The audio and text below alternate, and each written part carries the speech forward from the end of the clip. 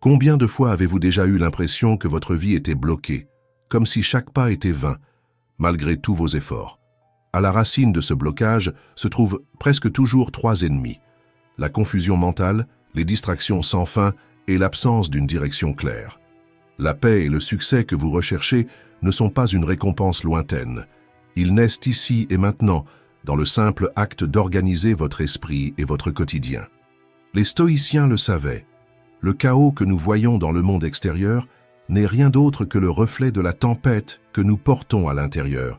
Un esprit agité construit une vie désordonnée. Et dans ce labyrinthe, vous perdez votre énergie, votre courage et même la joie de vivre. Mais lorsque vous décidez d'organiser réellement votre vie, le fardeau disparaît et à sa place surgit une force renouvelée. Chaque petite décision devient une brique solide dans la construction de la confiance, du but et des réussites. Comme le disait Épictète, avant d'agir, définis qui tu veux être. C'est la carte qui transforme une idée en destin. Aujourd'hui, nous allons construire ensemble cette carte. 10 pratiques stoïciennes, des outils affûtés de discipline et de clarté qui vont blinder votre esprit contre l'apathie et trancher une fois pour toutes la paralysie qui vous retient. Écrivez dans les commentaires « Aujourd'hui, je choisis d'agir ». Cette déclaration est le premier pas vers votre transformation. Et avant de commencer, je vous demande seulement 2 choses. Aimez cette vidéo et abonnez-vous à la chaîne. Ainsi, ces paroles atteindront ceux qui recherchent plus de clarté. Pratique 1. Concentre-toi sur l'action. La question épique d'Épictète résonne encore aujourd'hui. Combien de temps vas-tu encore attendre pour exiger le meilleur de toi-même? Dans ses méditations, Marc Aurèle réfléchit à quelque chose de puissant. Il dit « Nous savons ce qui est bon pour nous maintenant, mais nous choisissons de remettre à plus tard.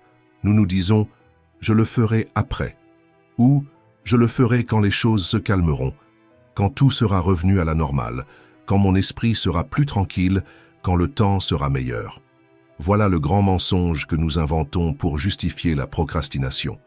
Procrastiner est une habitude que, comme le disait Sénèque, tous les insensés partagent. Ils vivent toujours en se préparant, en repoussant, en inventant des excuses et en décalant pour plus tard. Mais ce n'est pas ainsi qu'agissent les personnes fortes mentalement. Un stoïcien n'attend pas le moment parfait, il commence à agir. Il rassemble la force, la volonté et la discipline pour affronter ce qui doit être fait, et il le fait immédiatement. Il ne laisse pas pour plus tard, ni pour demain. Le meilleur moment pour commencer quelque chose était hier, ou selon le sujet, le meilleur moment était il y a des années. Mais le deuxième meilleur moment, c'est maintenant. Pense à cela de manière concrète, comme par exemple publier des vidéos sur YouTube en partageant tes compétences. Aujourd'hui, il existe déjà des milliers de personnes célèbres qui enseignent le crochet, qui cuisinent à la maison, qui cousent, qui réparent des objets chez eux, et une infinité d'autres sujets. Elles ne sont pas plus intelligentes, ou peut-être pas plus douées, mais elles ont commencé il y a des années. Et, comme on dit, qui arrive le premier, boit une eau plus pure. Cela signifie que nous devons agir pour parvenir à conquérir ce que nous désirons. Il n'existe pas d'autre temps que le présent. Tout succès dans ta vie est le fruit de choix faits auparavant. Et toute procrastination est l'opposé de cela. C'est comme si tu disais « Je vais attendre pour investir dans mon avenir » ou « Je serai le meilleur de moi-même demain ». Mais peux-tu vraiment te permettre ce luxe? Si tu veux de bons résultats demain, le mois prochain ou l'année prochaine, tu dois commencer à faire les dépôts maintenant. Demande-toi, quelles actions repousses-tu qui pourraient changer ta vie? Ne dis pas que tu le feras plus tard, fais-le maintenant. Sénèque nous avertit que les insensés se préparent toujours à commencer, mais ne commencent jamais. Réfléchis, et si, au lieu de dire « je le ferai plus tard », tu commençais simplement maintenant? Ne vaudrait-il pas mieux arrêter d'attendre et faire le premier pas? L'avenir que tu veux dépend des choix que tu fais aujourd'hui. Demain, tu ne feras que récolter les conséquences de cela. Pratique 2. Ayez une concentration inébranlable. S'il existe une seule compétence capable de transformer votre vie, c'est celle de savoir se concentrer. Dans un monde plein de distractions, où votre attention est disputée à chaque seconde, se focaliser est devenu rare et justement pour cela, précieux. Celui qui domine la concentration possède un avantage gigantesque. Il parvient à construire, à avancer et à vivre pleinement le présent. Celui qui ne la maîtrise pas se sent comme quelqu'un qui essaie de remplir un seau percé. Malgré tous ses efforts, tout s'échappe. Marc Aurèle affrontait déjà ce dilemme. Même dans un monde sans Internet ni téléphone portable, il comprenait que l'esprit humain cherche toujours à fuir le présent. Son conseil était direct. Concentre-toi à chaque minute comme un Romain, avec précision, sérieux et justice.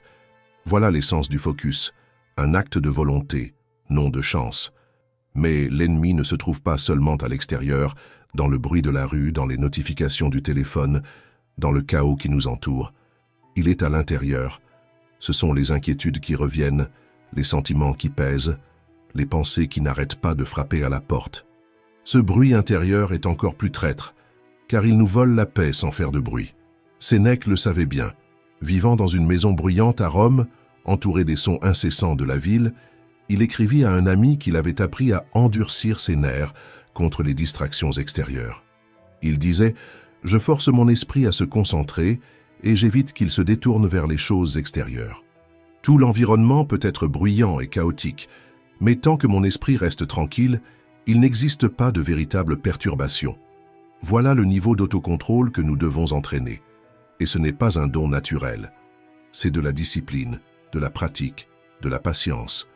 La méditation, l'écriture quotidienne, la réflexion silencieuse et même le fait de se couper volontairement des distractions sont comme des poids de salle de sport pour l'esprit. Sans concentration, nous vivons à la surface. Avec la concentration, nous plongeons en profondeur. Sans concentration, nous sommes emportés par le vent, mais avec la concentration, nous devenons la racine qui soutient. C'est pourquoi voici votre défi. Durant les 7 prochains jours, choisissez une tâche simple par jour et accordez-lui toute votre attention.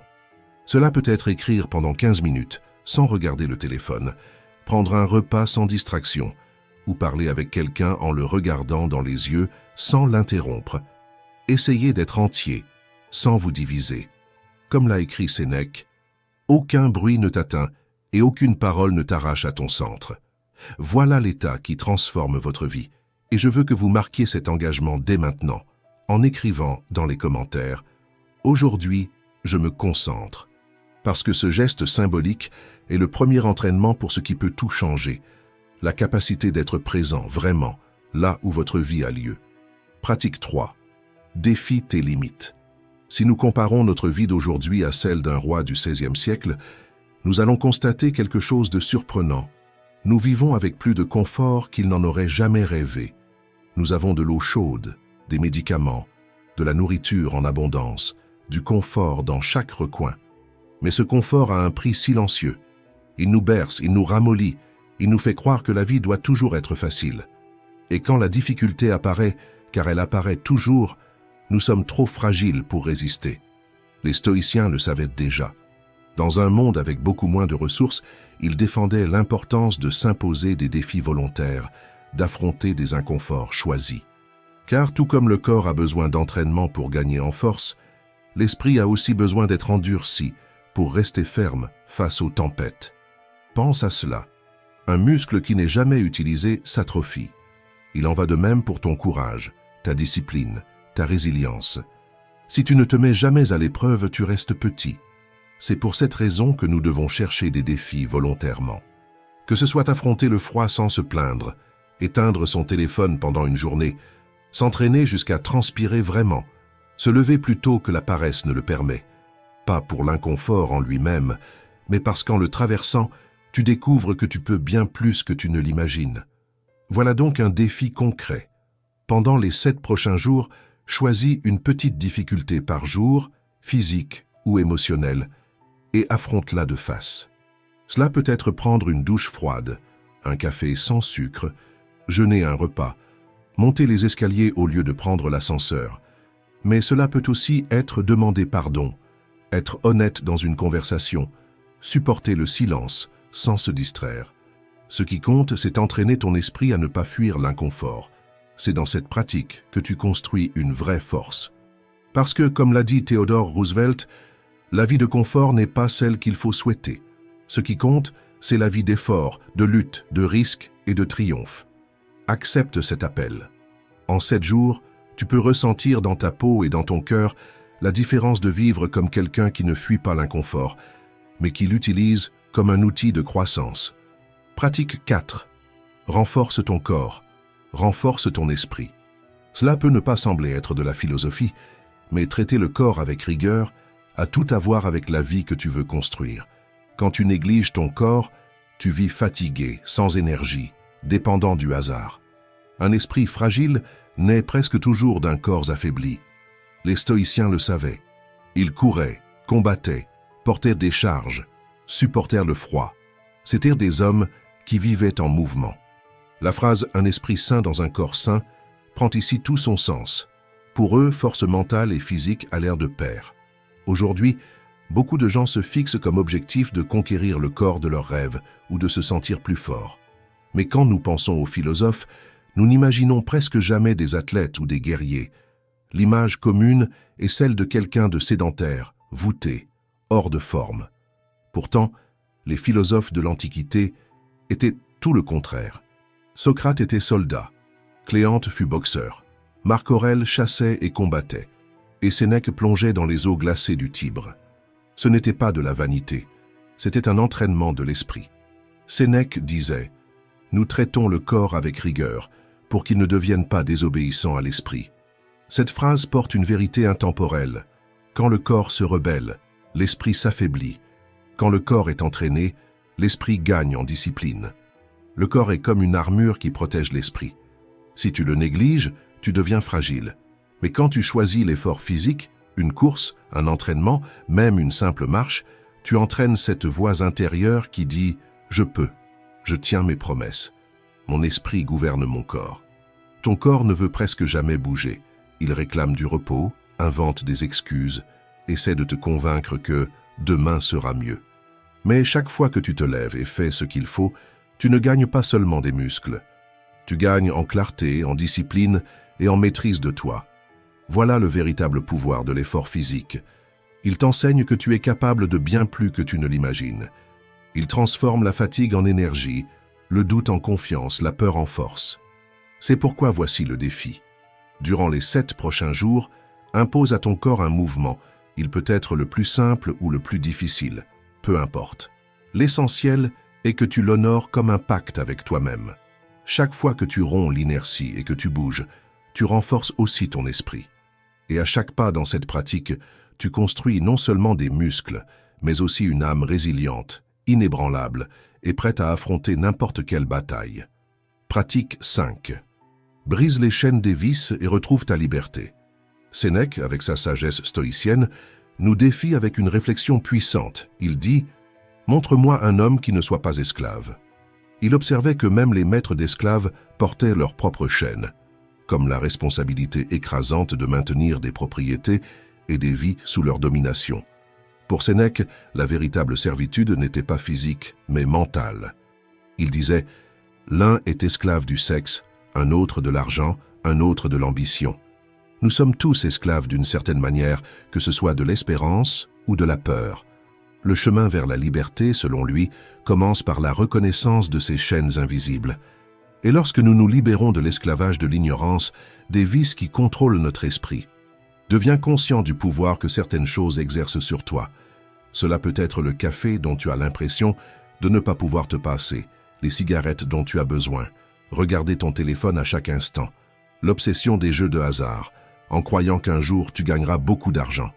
Tout ce qui domine ton esprit et tes actions a plus de pouvoir sur toi que toi sur toi-même. Si tu n'arrives pas à rester sans faire quelque chose, alors cette chose te contrôle. Et voici le point le plus important. Ce n'est pas l'habitude en elle-même qui te définit, mais la dépendance qu'elle crée. Cette soif, ce désir incessant, est ce qui doit être remis en question. Certains vices peuvent être éliminés complètement. D'autres reviennent sous de nouvelles formes. Peut-être connais-tu quelqu'un qui a remplacé une dépendance par une autre et qui a cessé d'être esclave de l'une pour se livrer à l'autre. Pour les stoïciens, c'est ce besoin, ce manque de liberté à s'abstenir qui génère la souffrance. Tant que tu resteras dans les griffes d'un vice, tu ne pourras pas atteindre la grandeur. Quelle que soit l'habitude, même si elle est socialement acceptable, elle ne peut pas gouverner ta vie. Cette année, engage-toi vraiment à cesser d'être esclave de ce qui t'emprisonne. Commence dès maintenant. Ta liberté et ta grandeur en dépendent. Pratique 6. raisonne avant de ressentir. Celui qui n'apprend pas à contrôler ses émotions devient vulnérable. C'est comme un navire sans gouvernail, à la merci des vagues de la mer et des vents étrangers. Et le danger est encore plus grand. Des personnes qui savent manipuler les émotions peuvent diriger ta vie sans que tu t'en rendes compte. Les décisions impulsives sont des semences de récoltes amères. La chaleur de l'émotion peut sembler irrésistible sur le moment, mais elle laisse presque toujours des traces de regret. Pense à la situation suivante. Tu as un grand ami et l'occasion d'ouvrir une entreprise avec lui se présente. Il est naturel de ressentir de l'enthousiasme. Mais si la décision vient uniquement de ce sentiment, tu peux ignorer des facteurs essentiels. L'expérience, la vision du travail, la capacité à gérer les conflits. Le résultat? Une amitié fragilisée et un projet échoué. On nous apprend à faire confiance aux émotions comme à une boussole, mais le stoïcisme nous rappelle, la réalité doit être vue avec clarté, sans les lentilles brouillées de l'impulsion. Questionner nos sentiments ne signifie pas les étouffer, mais les équilibrer avec la raison. Et cela ouvre un espace de liberté intérieure. La plupart des publicités ne vendent pas des produits, elles vendent une émotion, statut, appartenance, plaisir immédiat. Et nous, souvent, nous achetons sans même savoir expliquer pourquoi. Ce même mécanisme agit dans des choix bien plus importants. Relations, carrière, santé. Imagine une femme endettée qui voit une promotion sur le sac de ses rêves. L'impulsion crie « c'est maintenant ou jamais ». La raison murmure « ce n'est pas le moment ». Si elle cède à l'émotion, elle s'enfonce encore davantage. Si elle écoute la raison, elle plante la semence d'un avenir plus stable. Pense à celui qui, pris par la colère, répond immédiatement à un message et détruit une relation, ou à celui qui, dominé par l'euphorie, dit oui à tout et ensuite se noie dans des engagements qu'il ne peut pas tenir. L'émotion lâchée, sans filtre, nous conduit à l'erreur. Voilà l'invitation. Mets un filtre rationnel dans tes choix. Il ne s'agit pas d'éliminer le cœur, mais de lui donner une compagnie, l'esprit clair. Quand la raison et l'émotion avancent ensemble, tes décisions ne sont pas des réactions aveugles, mais des choix conscients. Voici ton défi pratique. Durant les 7 prochains jours, avant toute décision importante, accorde-toi un temps de pause. Demande-toi, si je n'étais pas envahi par l'émotion, ferais-je encore ce choix? Écris la réponse. Cette habitude simple peut éviter des chutes profondes et ouvrir un espace pour des décisions qui construisent et non qui détruisent ton avenir. Souviens-toi, l'émotion est le feu qui fait avancer, mais la raison est la main qui tient la torche. Seuls, l'un comme l'autre aveugle. Ensemble, ils éclairent le chemin. Pratique 7. Construis ta valeur intérieure. Rien n'est plus fragile que de dépendre de l'admiration des autres. Si ta valeur naît des applaudissements extérieurs, tu vivras toujours comme un esclave. Aujourd'hui célébré, demain oublié. Sénèque nous avait déjà avertis. Celui qui cherche l'approbation d'autrui place son bonheur entre les mains des autres. Et c'est exactement ce qui se passe quand nous laissons les éloges ou les critiques définir qui nous sommes. Dès l'enfance, nous sommes conditionnés à croire que nous n'avons de valeur que lorsque nous plaisons. Quand l'enfant est félicité uniquement pour sa note, il apprend à se voir à travers son bulletin. Quand l'adulte reçoit des applaudissements au travail, il a l'impression que c'est seulement à ce moment-là qu'il est digne. C'est la prison invisible qui nous accompagne. Mesurer sa propre vie avec la règle des autres. Mais le stoïcisme nous invite à briser cette illusion. Il nous rappelle que la véritable authenticité ne vient pas de la condition sociale, de l'apparence ou de ce que nous pouvons offrir, mais de la conscience ferme de qui nous sommes réellement. Les opinions changent comme le vent. Un jour tu es exalté, le lendemain tu es critiqué. C'est là que la métaphore prend tout son sens. Pense à une statue exposée sur une place publique. Un jour, elle reçoit des fleurs à ses pieds. Le lendemain, elle est la cible d'insultes et de mépris. Mais la pierre demeure la même. Ainsi dois-tu être, ferme, solide, avec une valeur qui naît de l'intérieur, non de l'oscillation des voies extérieures. Construis ton mérite par ce que tu fais, par le caractère que tu montres chaque jour, par l'effort que personne ne voit. Le vrai bonheur surgit lorsque tes actions sont alignées à ta nature la plus authentique, lorsque tu fais ce que tu considères juste, même si personne ne te regarde. Ne laisse pas l'opinion d'autrui dicter ta valeur. Le monde oscillera, les gens changeront, mais toi, tu dois être le rocher qui demeure. Et je te propose un geste symbolique. Écris dans les commentaires « Ma valeur vient de moi », car à partir de ce moment, tu cesses d'être l'otage des voix extérieures et tu commences à construire la forteresse que personne ne peut abattre, la confiance en toi. Comme l'a dit Ralph Waldo Emerson, être soi-même dans un monde qui tente constamment de faire de toi autre chose est la plus grande des victoires. Pratique 8. Abandonner l'illusion de la perfection. Avancer un pas après l'autre. La recherche de la perfection peut être un piège mortel pour le progrès. Martha Graham, l'une des plus grandes chorégraphes du XXe siècle, en fit l'expérience de manière douloureuse durant l'hiver de 1931.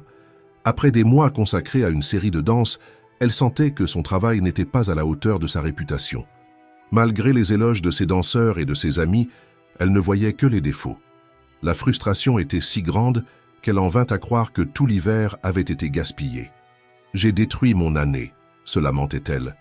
Ce perfectionnisme étouffant est un destin courant pour les personnes talentueuses. Leurs standards élevés, qui les aident à atteindre l'excellence, peuvent se transformer en prison créative. Comme Winston Churchill l'a dit, le perfectionnisme n'est qu'une autre forme de paralysie. Nous restons coincés dans une résistance qui, au fond, est de la peur. Peur d'échouer, de ne pas être assez bon, d'affronter la vulnérabilité d'exposer notre travail et d'être jugé. Les stoïciens comprenaient bien ce combat. Ils ne prônaient pas le perfectionnisme, mais le progrès. Pour eux, l'excellence venait de l'effort constant pour s'améliorer, un jour après l'autre. Épictète, dans l'un de ses enseignements, disait « Est-il possible d'éviter les erreurs? Non, mais il est possible de travailler à les minimiser. » Cette approche nous rappelle que l'objectif n'est pas d'être irréprochable, mais de croître continuellement. Le perfectionnisme n'est pas de l'humilité. Ce n'est pas de la dévotion ni de l'excellence, il peut être narcissique, une manière d'éviter l'inconfort de terminer et le risque de l'exposition. Cependant, un travail n'est complet que lorsqu'il est livré. Avancer exige le courage d'accepter nos imperfections, de reconnaître nos limites et, malgré tout, de continuer à avancer. Accepter que nous ne serons jamais parfaits est libérateur. Cela signifie embrasser le progrès plutôt que la paralysie, l'apprentissage plutôt que la stagnation. Cela signifie avoir le courage de livrer un travail, de commencer quelque chose et de l'achever. Après tout, grandir n'est pas atteindre l'idéal, mais avancer continuellement dans sa direction. Pratique 9. Pratique le pardon sans cesse. Le pardon est un cadeau que tu t'offres à toi-même. Garder de la rancune, c'est comme porter une pierre dans la poche. Au début, cela semble supportable, mais avec le temps, le poids devient insupportable. La douleur d'une trahison, d'une injustice ou d'une parole cruelle peut être immense, mais il existe quelque chose d'encore pire. Revivre cette douleur chaque jour en s'y accrochant. Chaque souvenir amer est une blessure que tu rouvres toi-même. C'est comme arracher la croûte d'une cicatrice encore en train de guérir, obligeant l'âme à saigner de nouveau, même lorsque le corps pourrait déjà être guéri. Épictète nous rappelle que le vrai bonheur ne naît que lorsque nous lâchons ce que nous ne pouvons pas contrôler. La rancune, c'est exactement cela. Une prison que tu construis, puis que tu choisis d'habiter. Pardonner, ce n'est pas justifier l'erreur de l'autre. Ce n'est pas effacer la mémoire ou faire semblant que rien ne s'est passé. C'est simplement refuser d'être esclave du passé. C'est choisir de ne pas donner aux mains d'une autre personne le pouvoir de contrôler ta paix. Et il existe une prison encore plus cruelle. Attendre des excuses. Croire que tu ne pourras avancer que lorsque l'autre reconnaîtra la douleur qu'il a causée.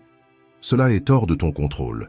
Et plus tu attends, plus tu restes attaché au ressentiment et à l'amertume. Le seul chemin véritable est le pardon, car il ne dépend de personne d'autre que de toi. C'est lui qui préserve tes plus grands sentiments, la paix, ta générosité, ta dignité et ta beauté intérieure. Pense au pardon comme à lâcher une corde que tu tiens serrée depuis longtemps. Plus tu la tiens, plus tes mains te font mal, mais au moment où tu la lâches, la douleur cesse et la légèreté revient. Voilà pourquoi, voici un défi pour toi. Dans les 3 prochains jours, choisis une rancune qui habite encore ton esprit. Elle peut être petite ou grande, écris sur une feuille la situation et la personne impliquée. Puis, lis à voix haute. Je choisis de me libérer de ce poids. Garde la feuille ou déchire-la, mais surtout, laisse la corde tomber de tes mains. N'attends rien de l'autre. La libération commence en toi. car le pardon n'est pas une faveur à l'autre, c'est la clé qui ouvre ta propre cellule. Pratique 10. Tout commence par une attitude différente. Tu dois changer ton esprit, non pas de lieu, car tes faiblesses t'accompagneront partout où tu iras. Sénèque. Cette phrase de Sénèque porte une leçon puissante. Bien souvent, nous croyons que nos problèmes se trouvent à l'extérieur, dans l'environnement, dans les personnes ou dans les circonstances. Mais la véritable racine des défis se cache dans quelque chose que nous portons avec nous, notre esprit et nos attitudes. Pense à une situation concrète. Quelqu'un décide de déménager en espérant que la nouvelle adresse apportera plus de paix, d'ordre et de bonheur. Mais après le déménagement, le chaos et le désordre demeurent. Pourquoi? Parce qu'avec les cartons, la personne a aussi emporté les mêmes habitudes qu'avant. Il est facile de tomber dans l'illusion qu'en changeant les circonstances extérieures, nous allons résoudre tous nos problèmes. Mais comme nous le rappelle Sénèque, l'erreur ne vient pas des circonstances, mais de l'esprit lui-même. La maladie suit le malade. Si tu veux des changements réels, il ne sert à rien de changer d'environnement sans transformer d'abord ce qui est en toi. C'est comme changer le décor d'un film sans modifier le scénario. La fuite peut sembler une solution temporaire, mais elle ne résout pas les conflits intérieurs. Sénèque nous provoque avec une autre phrase marquante. Si tu veux échapper à tes problèmes, tu n'as pas besoin d'aller ailleurs. Tu dois devenir une autre personne. Cela ne signifie pas abandonner ton essence, mais reformuler ton état d'esprit et tes attitudes. C'est une invitation au courage, à regarder en soi et à affronter ce qui doit être ajusté. Admettre que le problème peut venir de nous est inconfortable. Il est plus facile d'accuser le travail, la famille ou les circonstances extérieures. Mais reconnaître cela est aussi libérateur, parce que cela nous rend le pouvoir. Autrement dit, si nous faisons partie du problème, nous pouvons aussi faire partie de la solution. Le stoïcisme nous enseigne que la véritable force réside dans la responsabilité que nous prenons pour nos vies. Cela exige une action consciente, revoir nos habitudes, défier nos croyances limitantes et développer la résilience nécessaire pour grandir. Agir signifie affronter les changements de face, même si cela apporte de l'inconfort. C'est accepter que le progrès naît de petits pas constants. Fuir, au contraire, c'est se cacher derrière des distractions comme les réseaux sociaux, le travail excessif ou d'autres échappatoires qui ne font que repousser l'inévitable, la nécessité de nous confronter à nous-mêmes. Sénèque croyait que le bonheur et la paix intérieure ne viennent pas d'un lieu, ni de circonstances extérieures, mais du courage d'affronter nos peurs et de grandir. Fuir peut sembler plus facile au début, mais le véritable voyage commence lorsque nous choisissons de transformer notre intérieur. Ainsi, au lieu de chercher de nouveaux chemins pour t'échapper, concentre-toi sur la construction d'un état d'esprit résilient et engagé dans la croissance. Comme le stoïcisme nous l'enseigne, le changement ne réside pas dans le monde qui nous entoure, mais dans la manière dont nous choisissons d'y faire face. Souviens-toi, la clé d'une vie plus épanouie se trouve toujours en toi. Si cette vidéo t'a aidé à voir la vie sous un nouvel angle, laisse un j'aime, partage-la et abonne-toi à la chaîne. Et n'oublie jamais, le temps ne revient pas, mais la manière dont tu l'utilises peut transformer complètement ta vie. Merci d'avoir regardé.